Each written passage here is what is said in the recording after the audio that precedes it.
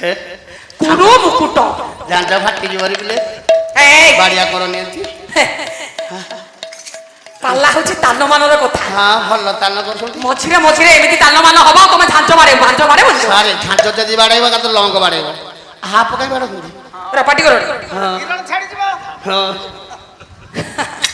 ଆଜ୍ଞା ଦୁର୍ଯ୍ୟୋଧନ ସେଦିନ କଣ କରୁଛି କଣ କଲା କୁରୁ ମୁକୁଟ କହିଲେ ଦୁର୍ଯ୍ୟୋଧନ କହିଲେ ଲଲାଟ ପାଣି ଲଲାଟ କହିଲେ କପାଳ ପାଣି କହିଲେ ହସ୍ତ ସେଦିନ ଦୁର୍ଯ୍ୟୋଧନ ମସ୍ତକରେ ହସ୍ତ ନ୍ୟସ୍ତ କରିଦେଲା।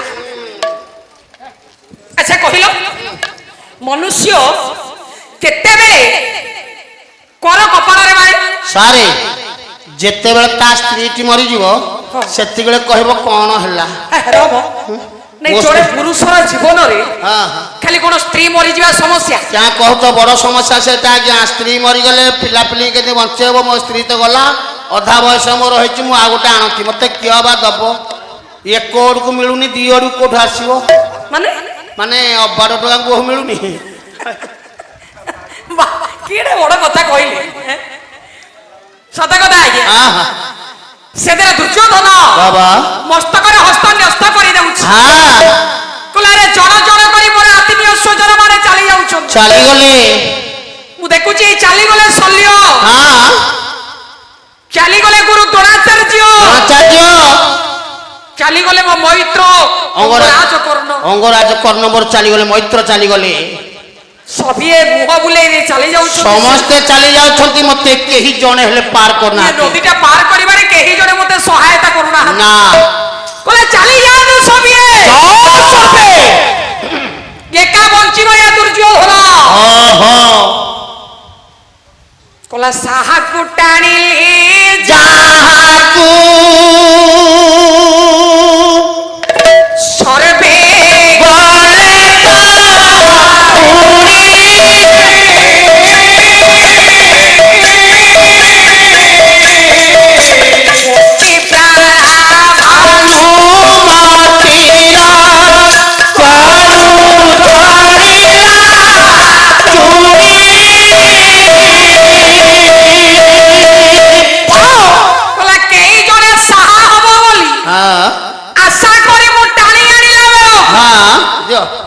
समस्ते मुहा बुलाई दे चली जाउछन हां चली जा तू सभिए मु जदी एका बंची न पारिबी तबे नदी जल को डेई पड़ी आत्महत्या करी मरी जी मरी गले जा कथा सरी गला किंतु पांडवंकर दयारे मु बंची पारिबी न कोला एया तो एया मु करिबी मु मरी गले मो स्त्री भानुमतीटा विधवा हे जीव हेई जाऊ बोला विधवा हो से भानुमती किंतु मु पांडवों को दयारे बंची पारिबी नारी रो सुहाग सिंदूर काली काली भलो मुंडिया वस्त्र संख्या हां हां काली आज्ञा पाला को जेबिनी मु काली पाला को ना मा आगु कहछि 4-5 दिन आगु कहछि मु पाला को जेबिनी काली वर्ष थरे मो स्त्री मुंडिया मारी मु काली रहिबी घरे ए ने पाला अछि तमे पाला वाला समस्त जीवन स्त्री तो मुंडिया काई नहीं नहीं 4 दिन है तो मना करछि नहीं सारे मु जेबिनी तारीख दिन बस देखिलो पाला काली केम दियो मु आज पैसा नै तमे जीवनी देखिया पैसा तक नबनी आज मु पैसा नै छाड़ दो तमे जाइलो पिले अच्छा आ कोन जनाब मु आज फळमूल केते किनि के आंची आज केडी जो आज्ञा फळ काई किनिचो सारे काली ओसा करे मो स्त्री चकटी खाइबो हो सावित्री व्रत हां मानो कथा मां माने करो आगे मां माने तो कोरे पळिलेडी कथा वार्ता हेले बोल से घर भीतर कथा हेले बोल हां आगे तेरे प्रत्येक मां माने अन्य कोनोसी दिन स्वामी को मुंडिया मारंतु बा न मारो ना नहीं किंतु काली आगे समस्त अपेक्षा करिथिबे हां से मंदिर रो भोग रे पूजा अर्चना सारी आसीले आगे केमिति स्वामी को गोटे मुंडिया मारियो कौन कहले नहीं आमर तो पाला वाला जीवन है आम ପାଲାକୁ ପଳେଇବୁ, ତେଣୁ କାଲି ଆମେ ବାଲେଶ୍ୱରରେ ଥିବୁ। ଆଜ୍ଞା, କଳାକାର ଜୀବନ ବଡ ଦୁଃଖମୟ ଦୁର୍ବିସହ। ଦେଖୁଥିବେ ଆଜ୍ଞା ଆମର ଇଏ ପାଲା ଜଗତ, କିନ୍ତୁ ଅପେରା ଜଗତ କଥା ଭାବନ୍ତୁ। ଅପେରା ଜଗତରେ ସେମାନେ ଏଗ୍ରିମେଣ୍ଟ ପେପରରେ ଏଗ୍ରିମେଣ୍ଟ କରିକି ଯିବେ। ବାପା ମରିଥିଲେ ସୁଦ୍ଧା ଥରକ ପାଇଁ ଆସିଲେ କେବଳ ମୁଖାଗ୍ନି, ଯଦି ବଡ ପୁଅ ହେଇଥିବ ମୁଖାଗ୍ନି ଦେଇକି ଦବ।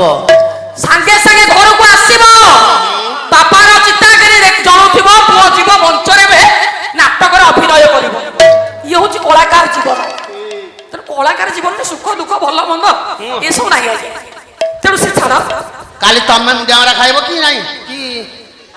ଆଜ୍ଞା ଠିକ ଅଛି। ତେଣୁ ପ୍ରତ୍ୟେକ ମା ମାନେ କାଲି ସ୍ୱାମୀକୁ ଗୋଟେ ମୁଣ୍ଡିଆ ମାରନ୍ତି। ଆଜ୍ଞା, ଯଦି ମାଙ୍କର ଶାଢୀଟି ଭଲ ହେଇଛି, କହନି ସ୍ୱାମୀ ବା ବାପାଙ୍କର ଭଲ ଶାଢୀଟି ଆଣିଛନ୍ତି କାଲି, ସାରେ ମନ ତ ଆନନ୍ଦ ହବ। ସାରେ ଆର ବର୍ଷ ଏଇ କାଲି ଟାଇମରେ ଗଣ୍ଡଗୋଳ ଆମ ଘରେ ହେଇଥିଲା। ସାବିତ୍ରୀ ଦିନ, ସାବିତ୍ରୀ ମୋ ସ୍ତ୍ରୀର ମୋର। ଆରେ ଏ ବଡ ବଡ ଦିନରେ ଗଣ୍ଡଗୋଳ ହେଲା କାଇଁ? ସାରେ ଗଣ୍ଡଗୋଳ କାହିଁକି ହେଲୁ କି ମୋ ଶ୍ୱଶୁରର କେବେ ପଚାରୁନାହାନ୍ତି ଆମକୁ। ନାଇଁ, ତାଙ୍କ ପାଇଁ ଆଣିନାହାନ୍ତି ଲୁଗାପଟା, ମୁଁ ନିଜେ କରିଦଉଛି। ମୁଁ କହିଲି ନ ପଚାରନ୍ତୁ, ଭଲ କଥା। ତା ମନ ବୁଝେଇ ଦଉଛି। ମୁଁ କହିଲି ନ ପଚାର, ତମ ପାଇଁ ଯେହେତୁ ସେ ବ୍ରତ କରିବେ, ସ୍ୱାମୀ ପାଇଁ ଏ ବ୍ରତ ଉପବାସ, ତେଣୁ ସ୍ୱାମୀ ଆଣିଦେଲେ ଅସୁବିଧା କଣ? ସାରେ ସବୁ ମୁଁ କିଣିକି ଆଣି ଦଉଛି। ହଁ। ଆର ବର୍ଷ ସବୁ କିଣିକି ଆଣିଥିଲି, ଶାଢୀଟି ଆଣିନଥିଲି ଆଜ୍ଞା। ଯଦି ଶାଢୀଟି ଆଣିନଥିଲି, ମୁଁ କହିଲି ଶାଢୀ ତ ବହୁତ ରଜକୁ ଆଇଛି, ଦଶହରାକୁ ଆଇଛି, ବହୁତ ଶାଢୀ ଆଣିଛି, ଗଡରେଜ ପୁରା ଫୁଲ କରିଛି, ତା ପାଇଁ ବହୁତ ଶାଢୀ ମୁଁ କିଣିକି ଆଣି। ସାରେ ମୁଁ କହିଲି ଚଳେଇ ଦେବେ ଏଥିରେ ଆଉ। ସାରେ ବିଶ୍ୱାସ କର, ମୁଁ ଫଳମୂଳ ସବୁ କିଣିକି ଆଣିଛି, ଶାଢୀଟି ଆଣିନଥିଲି। ସେ ଆଉ ଓଷା କରି ଗଲେନି, ଓଷା କରି ଆଉ ଗଲେନି ଆଜ୍ଞା। ଶିବ ମନ୍ଦିରରେ ପୂଜା କରି ଯାଆନ୍ତି, ଗଲେନି। ଗଡରେଜଟା ଖୋଲିଦେଲେ, କହିଲେ ଲୁଗା କାହିଁ? ମୁଁ କହିଲି ଲୁଗା ଗଡରେଜ ଭିତରେ। ଗଡରେଜ ଖୋଲିକି ଆଜ୍ଞା ଲୁଗାପଟା ଯେତେ ଥିଲା ସବୁ ଫିଙ୍ଗା ଫୋପଡ଼ା କରିଦେଲେ। ସାରେ ଯୋଉଠି ଆଉ ପିନ୍ଧିଥିଲେ ସେଇଟା ବି ରଖିଲେନି ଆଜ୍ଞା।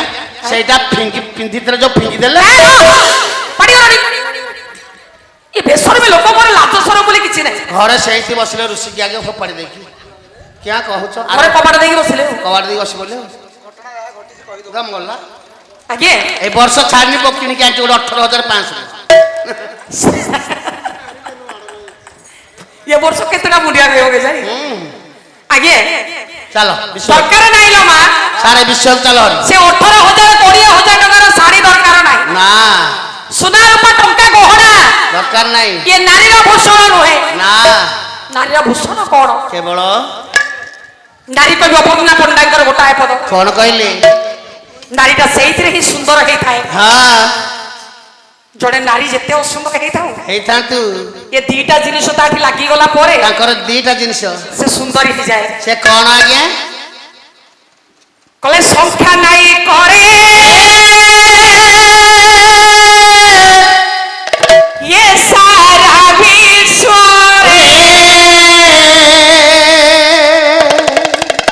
ये नारी पाए सर्वशोभा, नारी पाए सर्वशोभा, नारी पाए সংখ্যা সিন্দুর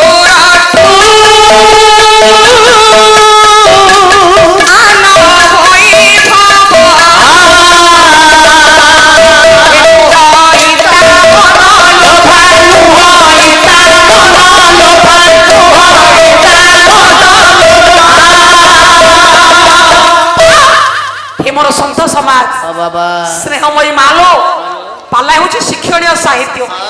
ଶିଖିବାର କଥା ତୁମମାନଙ୍କ ପାଇଁ ପଦଟାଏ ବାର୍ତ୍ତା। ଗୋଟେ ନାରୀ ପାଇଁ ସବୁଠାରୁ ବଡ ଗହଣା ହେଉଛି ତା ଶଙ୍ଖା ଆଉ ସିନ୍ଦୁର। ସାରେ ଶଙ୍ଖା ସିନ୍ଦୁର ନା? ଶଙ୍ଖା ସିନ୍ଦୁର ଅଛି ଯୋଉ ମାର, ସାତ ସିଆ କରି ଲୁଗାଟାଏ ପିନ୍ଧିଥାଉ ନା, ସେଇଥିରେ ସେ ସୁନ୍ଦର ହେଇଥାଏ, ସୁନ୍ଦର ହେଇଯାଏ। କିନ୍ତୁ ଯୋଉ ମାର ଶଙ୍ଖା ସିନ୍ଦୁର ଟିକେ ନାହିଁ, ସିଏ ଯଦି 50,000 ଟଙ୍କାର ପାଟଟାଏ ପିନ୍ଧିବ, ସେ ପାଟର ମୂଲ୍ୟ ରହେନି, ସେ ସୁନ୍ଦର ଦେଖାଯାଏ। ମୂଲ୍ୟ ନାହିଁ। ସାରେ ତମରି କଥା ଶୁଣିକି ମୁଁ ଆମ ଘରେ 2 ପେଟି ଶଙ୍ଖା 10 କିଲୋ ସିନ୍ଦୁର ଥୋଇ ଦେଇଛି। ଟୋପାଏ ସିନ୍ଦୁର 2 ପଟ ଶଙ୍ଖା, କହିଲେ 10 କିଲୋ ସିନ୍ଦୁର 2 ପେଟି ଶଙ୍ଖା। ମୁଁ କହିଲି କଣ ଆବଶ୍ୟକ? ମୁଁ କହିଲି କେତେ ବର୍ଷ କାହିଁ କିଣିବି, ଏକା ଥୋଇଦେଲି। କହିଲି ପିନ୍ଧ ଆଉ ଲଗା। ଟିକେ ପଳେଇ ଯାଆନ୍ତୁ ଆଜ୍ଞା 30-40 ବର୍ଷ ତଳ କଥା। ଏବେ ସିନା ହେଇଗଲାଣି ଅତ୍ୟାଧୁନିକ ଯୁଗ କଥା, ଭଲ ଶାଢୀ ଦରକାର, ଭଲ ଚୁଡ଼ି ଦରକାର, କିନ୍ତୁ ସେ ସମୟରେ ନଥିଲା ଆଜ୍ଞା। ସାବିତ୍ରୀ ବ୍ରତ ଆସିଲେ ମା ଖାଲି ଶଙ୍ଖା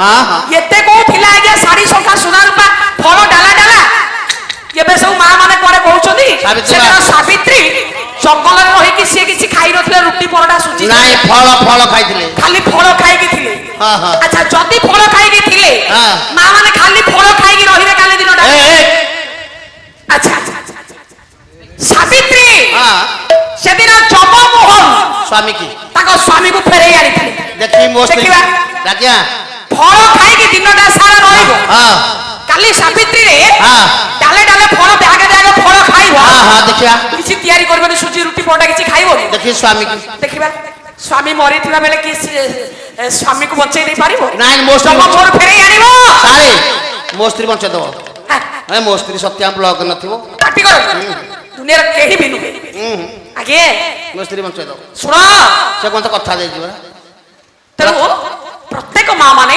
ସ୍ୱାମୀ ଛୁଆ ଟିକେ ଭକ୍ତି ରଖ ସେବା କର ଟଙ୍କା ସୁନା ରୂପା ଗହଣା କଣ ଭଲ ମା କିଛି ମୂଲ୍ୟ ନାହିଁ ଆଜ୍ଞା ଆଜି ଦୁର୍ଯ୍ୟୋଧନ କହୁଛି